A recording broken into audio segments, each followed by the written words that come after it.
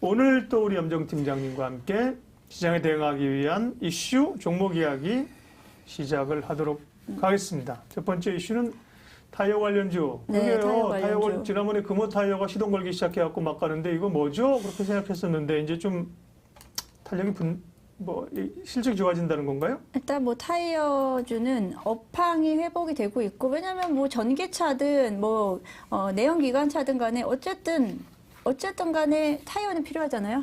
전기차라고 타이어가 다른 건 아니잖아요. 그렇죠. 예, 그래서 타이어는 이제 업황은 경기 회복, 그리고 이동 수요가 늘어나게 되면은 타이어 쪽은 오를 수밖에 없는 부분이긴 한데 뭐 급성장한다 이런 개념은 좀 아니고요. 오늘 또 이제 한국 타이어 앤 테크놀로지, 한국 타이어라고 할게요. 한국 타이어하고 네. 금호 타이어는 장중 신고가 를 보였고요. 한국 타이어 같은 경우는 2020년 글로벌 타이어 기업에서 작년도보다, 그러니까 지난해보다 한 단계 업돼서 6위를 차지하면서 이제 뭐 글로벌 업체로서 다시 한 번 더 지위를 좀 공고히 했다라는 줄여서 또 한타라고 부르잖아요. 한타. 네, 네. 한타, 금타. 네, 한타. 네, 일단 한타가 이제 좋은 이야기가 나왔고요. 그리고 한국 타이어에 저는 타이어 쪽을 좀 보는 게, 저도 사실 요즘에 이제 차를 좀 바꿀까 생각을 해서 차를 좀 알아봤었는데. 전기차로 가는 거예요? 그래서 지금 전기차를 지금 가기에는 좀 너무 빠른 것 같다. 그러면은 그렇다고 뭐 우리가 디젤차 살 건 아니잖아요. 그럼 어떻게 해야 될까? 제 생각에는 이제 뭐 지금 저도 이제 주식을 하면서 전기차 시장을 보면은 그래도 앞으로 한 5년 이후, 2020년 이후에는 전기차가 어느 정도는 좀 상용화 될 것 같은데, 그러면은 앞으로 한 3, 4년을 보고 차를 살 수는 없잖아요. 그렇기 때문에 지금 그 수요가 좀 정체되어 있는 부분이 중고차 시장 또는 렌터카 시장, 장기 렌터카, 뭐 리스 쪽이라든지 그런 쪽으로 좀 수요가 이동을 하고 있다라고 생각이 들고, 저도 그 생각이 좀 들었었어요. 그래서 이제 한국 타이어, 그래서 오히려 그 전기차를 지금 사실 수 있겠어요, 전기차? 사죠, 뭐 살려면? 사실 수 있겠어요. 네. 저는 겁이 많아서 네. 남들 다 하는 거 보고 사겠습니다. 네. 저는 막 삽니다. 돈이 없어서 차가 아직 바꿀 때가 아니어서 하지만 저는 지금 산다면 디젤차 안 삽니다. 네. 네, 그래서 사실 사기가 좀 애매해서 지금 또 보고 있고, 그러다 보니까 일단 있던 차를 조금 더 탈까? 아니면 중고차 탈까? 그러려면 뭘 해야 돼요? 타이어 교체. 타이어 교체를 해야 되는 거고, 그러니까 이 타이어 시장은 신차에도 들어가지만 이 중고차 시장이라든지 이런 수요가 뭐 계속적으로 발생을 하고 있는데, 한국 타이어 한타에서 매출 비중이 타이어가 두 개로 나뉘는데, OE 타이어 그리고 RE 타이어 두 가지로 나뉘어요. 오리지널 이퀴먼트 아시죠? 신차에 들어가는 거예요. 그걸 OE라고 그래요? OE 타이어, 그러니까 OE 그 OE 말고 알파벳 O인데 오리지널 이퀴먼트. 처음에 들어가는 타이어예요. 그건 자동차 회사가 껴주는 타이어. 그렇죠. 그리고 RE 타이어는 그 다음 이제 구매자가 교체하는 타이어인데, 한국 타이어의 전체 매출 비중이 80% 이상이 이 RE 타이어예요.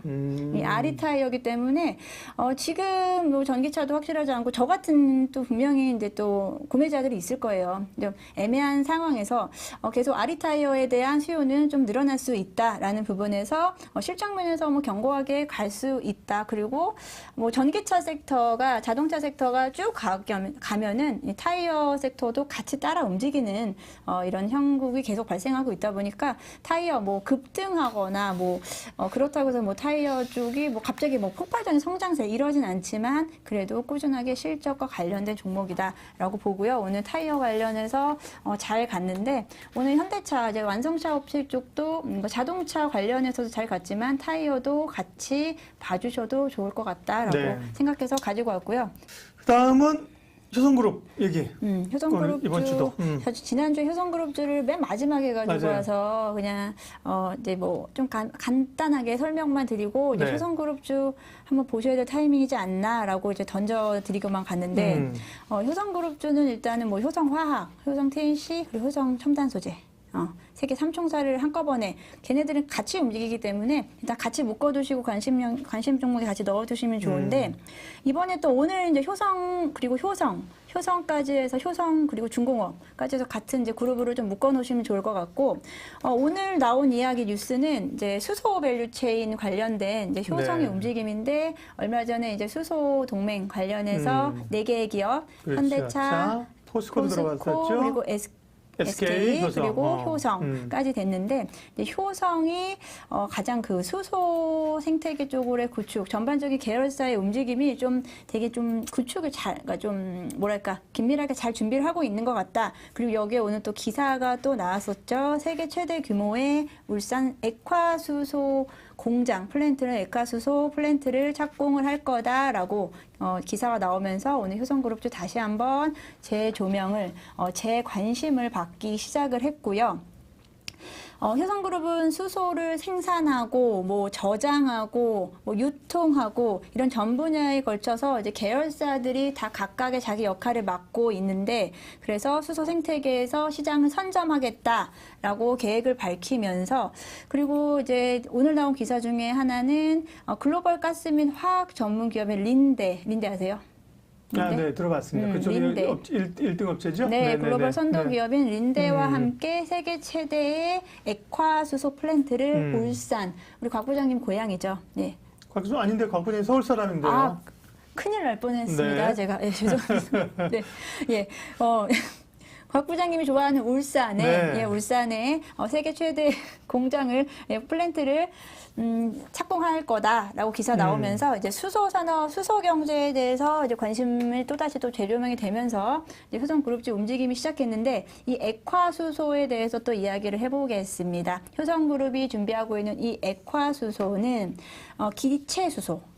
액체화시키는 이 수소보다 기체수소에 비해서 부피가 약 800분의 1이고요. 그래서 액체화를 만들면 그 수소를 네. 기체 수소가 있고 이거를 액화수소가 있는데 네. 효성은 액화수소에 집중을 하는고요. 이번에도 네. 1조 원을 퍼붓겠다고 한 게 이 액화수소의 플랜트를 만들겠다고 한 건데 이 액화수소가 기체수소보다 부피는 800분의 1 당연하겠죠. 그렇겠죠. 그렇기 네. 때문에 저장과 이동이 편하겠지. 운송이 편하다. 그리고 이 액화수소를 통해서 충전을 했을 때 자동차 충전했을 때 약 한 3분 정도 걸린다고 치면 기체수소는 약 4배 정도 12분. 그러니까 속도 면에서도 빠르다. 결국은 이 수소의 효율성 면에서 액화수소의 효성은 약간 그 기업 그룹의 약간 그 하하를 걸었다라고 생각이 드는 분위기고요. 그래서 액화수소에 대해서 좀 관심을 갖게 됐고 그런 부분에서 오늘 기사 뭐 좋은 기사와 함께 이제 효성그룹도 전반적으로 다시 한번 부각이 됐는데 그러면은 효성그룹의 이제 밸류 체인을 봐야 되는데 네. 일단 효성 첨단 소재를 저는 좀 가지고 왔어요. 효성 첨단 소재는 효성 첨단 소재 역시도 이 수소차 연료 탱크에 사용되는 핵심 소재인 탄소 섬유. 네, 맞아요. 탄소 섬유를 생산하는 걸 2018년도까지 1조 원 규모의 또 투자를 계속 할 거다. 완전히 이걸 수소 쪽으로 완전히 다 모으는 것 같은데 일단은 효성 첨단 소재 제가 아까 요즘 대세는 실적을 기반으로 성장성까지 있어야 된다. 그래야 주가가 잘 네. 나가는 거지 뭐 미래 신사업 됐고요. 그런 거 그렇죠. 말고 실적만 가지고 있으면 답답하고요. 그렇기 때문에 효성 첨단 소재를 보게 되면 일단 뭐 실적 면에서는 당연히 타이어 보강제 부분에서 주력 사업이죠. 주력 사업은 결국은 타이어 보강제고 이 타이어 코드 자체가 거의 이제 매출액 그리고 영업이익 실적에는 대부분을 차지하고 있기 때문에 실적을 바탕으로 하기 때문에 좀 든든하잖아요. 그렇기 때문에 신사업을 할 때도 뭐든지 다 이렇게 고간이 채워져 있으면 돈이 있으면 새로운 거 할 때도 더 자신감 있게 그리고 더 과감하게 투자를 할 수 있기 때문에 이렇게 실적 기반으로 해서 잘 되고 있는 기업이 신사업까지 하게 된다. 그러면 눈여겨보셔야 될 것 같고 타이어 코드 시장에서는 계속 뭐 20년 넘게 1위 자리를 글로벌 1위 자리를 지키고 있고 뭐 그렇기 때문에 뭐 실적은 우리가 크게 우리가 뭐 신경을 쓰지 않아도 될 것 같은데 여기에 이제 탄소 섬유예요. 탄소 섬유가 아까 그 수소를 운반하는 운반하는 그 부분에 핵심 연료 탱크 핵심 소재의 탄소 섬유가 쓰여지기 때문에 이 탄소 섬유 부분에서는 올해 정도부터 이제 흑자 전환이 되고 내년부터의 성장세가 좀 예상이 되는데 그런 부분에서 탄소 섬유 지금까지 탄소 섬유 부분이 조금은 아직까지 그 수요가 아직까지는 뭐 확실하진 않지만 내년 정도부터는 수요가 개선될 전망이기 때문에 미래 신사업으로 우리가 효성 첨단 소재의 미래 신사업으로 우리가 눈여겨봐도 좋을 것 같다라고 생각이 듭니다. 이 탄소 섬유가 뭐 이렇게 탄소 운반용도 있지만 뭐 항공용 탄소 섬유 부분도 있다고 하고 여러 분야에서 쓰여질 수 있기 때문에 실적 효과 그리고 주력 상품이 워낙에 높은 시장 지배력을 갖고 있기 때문에 실적에 기반한 신사업 그리고 워낙에 그룹사 차원에서 수소 생태계에 대한 구축에 대한 구축에 대한 강하기 때문에 계속해서 눈여겨보시면 좋을 것 같다라고 생각이 들고 효성 첨단 소재가 주가 추이 한번 볼까요? 보겠습니다. 효성 첨단 소재 올 들어서 뭐 효성이라는 첨단 소재랑 TNC랑 올해 뭐 날라간 종목이잖아요. 날라갔었죠. 네. 올 초반 1분기에 이제 뭐 거의 날라갔었는데 네. 그러면서 이제 종목명 앞자리 효성이 붙으면 일단은 가기 시작했죠. 네. 효성 관련된 종목들은 다 잘 갔는데 지금 뭐 조정을 보이고 있긴 하지만 그래도 38만 원 선에서 좀 지키고 있다가 오늘 다시 40만 원대로 네. 올라서면서 이제 반등이 시작되고 있다라고 생각이 들고 뭐 전고점이 44만 원이라는 부분이 전고점이 44만 원인데 이 부분을 뚫을 수 있다면은 한 번 더 이제 효성의 타임이 오지 않을까 좀 생각이 들고요. 뭐 효성 첨단 소재와 효성 TNC는 별로 없었네요. 조정이 없이 초성 TNC가 목표가가 증권사에서 100만 원 얘기하고 했었죠. 그때 네. 이게 사실 뭐 말이 100만 원 말이 되냐라고 했는데 지금 조금만 더 힘내면 네. 목전에 올 것 같습니다. 예. 그때 뭐 한 40만 원 할 때 100만 원 네, 얘기 나왔고요. 100만 원 얘기할 때 120만 원까지 나왔는데요. 효성 첨단 소재는 증권사 리포트에서 한 58만 원 정도 제가 본 것 같은데요. 네. 예, 일단 뭐 목표가는 우리가 뭐 참고는 하셔도 좋아요. 예, 참고는 하셔도 좋고 저는 항상 그 목표가보다는 일단 1차 목표가보다는 조금은 좀 낮게 그렇게 잡긴 하는데 일단은 그래도 우리가 리포트에서 목표가를 선정하는 걸 그냥 선정하지 않잖아요. 기준 근거가 뭐냐를 따져볼 필요가 있어요. 근거가 있기 네. 때문에 우리가 그걸 목표가 근거를 다 우리가 만들어낼 수 없다면 그런 리포트 보고 활용을 하는 거죠. 이렇게까지 잡았다면은 뭐 보통은 다 높게 잡으니까요. 높게 잡으니까 저는 네. 그거보다 좀 밑단으로 해서 일단 목표가를 설정하는 경우가 있는데 뭐 그 목표가를 뛰어넘는 기업도 많았죠. 뭐 계속해서 그렇죠. 네, 주가가 막 올라가지고 목표가를 따라 올리는 기업도 많죠. 못 따라가는 경우도 있죠. 카카오 하이브 예, 이런 거 대표잖아요. 네. 그래서 일단은 리포트의 목표가는 참고 삼으시면 좋을 것 같고 효성도와 목표가 참고 삼으셔서 트레이딩 하시면 좋을 것 같습니다. 효성그룹주를 다시 주목할 때가 됐다. 지난주에도 얘기하셨고요. 오늘 얘기하셨고. 그래도 저는 효성 같은 경우는 지주사보다는 세 개 종목을 바꿔가면서 하시든 아니면 네. 같이 움직이시든 이렇게 해서 가시는 게 좋을 것 같아요. 효성중공업은 어때요? 쪽으로 효성중공업. 지금 물어보실 수도 있는데 효성중공업은 주로 뭐지? 여기서 이게 하도 많아가지고. 이번에 그 세계 최대 규모의 액화 플랜트를 효성중공업이 투자를 하는 거거든요. 그 수소 관련, 수소 밸류체인에서요. 네. 그래서 그 부분 관련해서도 또 제가 또 입수하는 대로 바로 말씀드리겠습니다. 네. 효성 첨단 소재 같은 경우는 최근에 수급 보니까 기관들이 지금 6월 들어서 계속 사고 있네요. 기관들이 거의 뭐 한 이틀 빼고 계속 순매수해 가고 있고 외국인 뭐 개인 섞어서 사고 있지만 기관의 흐름이 지금 가장 좀 눈에 보이네요. 5월부터 6월까지 계속 이제 기관들이 좀 끌어올리고 있다라고 좀 볼 수 있을 것 같습니다. 네. 수소 밸류체인 관련해서 효성그룹 얘기 받고 그다음에 메타버스. 예, 메타버스는 메타버스. 예. 네, 메타버스 얘기하겠습니다. 네, 메타버스는 여러 번 얘기를 해요. 메타버스. 근데 사실 뭐 하나 뚜렷하게 얘기할 만한 게 사실 없다는 게 메타버스의 기대감. 메타버스의 단점이자 장점일 수도 있어요. 예. 이 메타버스 오늘 종목들 중에서 선익 시스템 그리고 네. 자이언트 스텝이 오늘 10% 이상 둘 다 급등을 하면서 자이언트는 장중에 한 20% 올랐어요. 그랬던 것 같아요. 네. 예, 자이언트 스텝이 좀 강하게 올랐던 것 같은데 자이언트 스텝, 선익 시스템 일단 둘 다 한번 주가 추이 보게 되면 자이언트 스텝은 상장을 했죠. 신규 상장 종목이죠. 올해 3월에 신규 상장 종목이고 지금 뭐 신규 상장 종목답게 일정 구간에서는 지금 좀 조정을 받고 있었죠. 워낙에 좀 고밸류로 원래 신규 상장 종목은 원래 일정 부분 오르고서 일정 부분 시간이 좀 필요해요. 적정가를 찾아가는 맞아요. 과정이잖아요.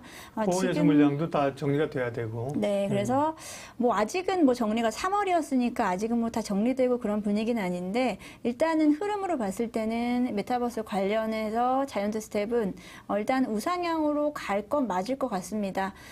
그렇기 때문에 메타버스는 관심을 갖는 거는 좋은데 메타버스 관련주가 조금 애매해요. 조금 애매하기 때문에 일단은 몇 가지 종목들을 다 담아 놓으시든 계좌에 담아 놓으시라는 게 아니고 이 관심 종목에 담아 놓으시고 얘네들은 한두 개 같이 움직였다가 또 그 다음 종목 같이 움직이고 일단 메타버스가 움직이는 구간이 있어요. 한번 가면은 얘네 오늘 가면 예를 들어 다른 뭐 알체라든지 뭐 다른 종목 뭐 한빛소프트 뭐 덱스터 다른 종목도 여러 가지 있는데 걔네들이 따라서 움직이고 이런 방향 가는데 이제 메타버스 관련해서는 사실 뭐 이걸 가지고 뭐 실적이다, 뭐 어떤 뭐 제품이다 이렇게 말할 수 있는 부분이 아직은 없잖아요. 그렇기 때문에 기대감, 시장에 대한 기대감, 뭐 앞으로 뭐 몇 년 후에 메타버스 시장 규모가 어떻게 된다, 그조차도 어떤 근거로 산정했는지 사실 모르겠어요. 네. 하지만 메타버스는 분명히 뭐 게임 그리고 교육 그리고 저는 엔터 쪽에서 가장 강하게 먼저 나타날 거라고 생각을 하는데 그렇기 때문에 뭐 카카오라든지 네이버, 특히 네이버가 메타버스 쪽으로 좀 강하니까 지금 카카오 네이버 사실 뭐 두 기업을 많이 비교를 하고 있는데 또 굳이 이야기를 하자면 카카오보다 강한 부분이 이제 메타버스예요. 네이버가 갖고 있는 쪽에서. 네. 그래서 자이언트 스텝도 그렇고 알체라도 그렇고 네이버와 관련된 종목이기 때문에 관심은 계속 가져주시면 좋고 저는 요즘에 이 메타버스 관심은 많은데 이 종목들을 계속 가지고 길게 가지고 갈 자신이 없어서 요즘에는 메타버스 관련된 펀드도 나오기 시작했어요. 그만큼 그 한 섹터로 이제는 움직일 수 있는 좀 관심을 갖고 기관 투자자들이라든지 이제 기관들에서도 관심을 갖고 있다. 뭐 KB투자산운용에서 메타버스 펀드가 나왔길래 저도 살짝 지금 뭐 관심을 가졌긴 했는데 오늘 또 이렇게 또 급등해버리네요. 또 이렇게 관심을 가지면 꼭 이렇게 급등을 해요. 예. 보험 삼아 좀 사줄 필요는 있을 것 같아요. 보험 삼아? 저는 그 생각 제가 저번에 이제 뭐 카카오를 자녀들에게 뭐 사줬다라고 이야기한 것처럼 그 생각했어요. 메타버스는 사고 싶은데 이 펀드를 그러면 한번 조금씩 사볼까? 왜냐하면 우리 이 종목들이 아직 관련주들이 움직임이 명확하지 않고 이 대장주라든지 그런 주 종목들이 정해지지 않는 상황에서 그렇죠. 그래도 메타버스 관련된 펀드를 만들면 뭐 계속해서 좋은 종목을 계속 교체하면서 가지 않을까. 아니 나중에 움직일 때 사도 되고. 네. 펀드 ETF 말고 펀드로. 그러면 이제 그 펀드에 어떤 종목이 들어가는지 보면 되는 거죠. 확인하면 되죠. 제가 확인해가지고 계속 이제 좋은 종목 바뀌는 종목 교체할 때 저도 그래서 그 펀드에 대해 좀 관심을 가져보려고 했죠. 네. 그러니까 실제로 얼굴 인식 기능이라든지 스노우와 관련된 카메라 이런 거는 기술력은 알체라가 제일 좋은 것 같고요. 저도 스타들 좀 하거든요. 근데 이게 다들 매출이 안 나와요, 아직은. 그러니까 밸류를 못 매기는 거야. 자이언트 스텝은 실제로 보면 영화나 뭐 이런 데서 이런 그래픽 이런 쪽으로, 그죠? 실제 좀 많이 사용되는 쪽이라 훨씬 탄력 있게 가는 거고.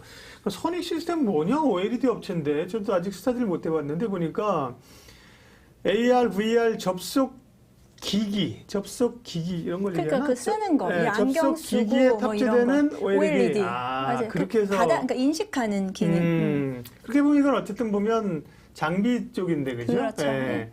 그 메타버스를 하게 되면 장비 쪽인데 사실 메타버스가 지금 뭐 게임이라든지 엔터라든지 이런 쪽이 훨씬 시스템이나 뭐 이런 게 많은 거잖아요. 네. 장비 쪽은 두드러진 게 없는데 장비 쪽은 제가 이걸 좀 이제 봐서 그래요. 메타버스 궁금해서 보면 공항 같은 데 지금 알체라 같은 경우는 공항에서 지나가면 얼굴 인식해서 인식하는 이런 네. 장비라든지 또 카드도 있대요. 뭐 어디 신한카드인가에서 얼굴 인식 카드 이런 쪽에 있는데 장비 이게 사실은 얼마만큼 수요가 될지 모르지만 눈에 보이니까 그죠? 사실은 뭐 이미 메타버스가 뭐 이미 지금 실생활에서 접목되고 있는 부분이 많이 있는데 그 경계를 모르겠는 어디서부터 어디가 그러게요. 메타버스인지 모르겠고 우리도 뭐 사실 뭐 지금 메타버스 관련돼서 뭐 이런 게임에서도 거의 이게 게임이 가장 그 대표적인 메타버스잖아요. 네. 네. 그런 부분에서 스며들고 있다라고 저는 생각하는 게 제일 맞을 것 같아요. 네. 그 부분이 이제 어느 쪽에서 가장 좀 폭발적으로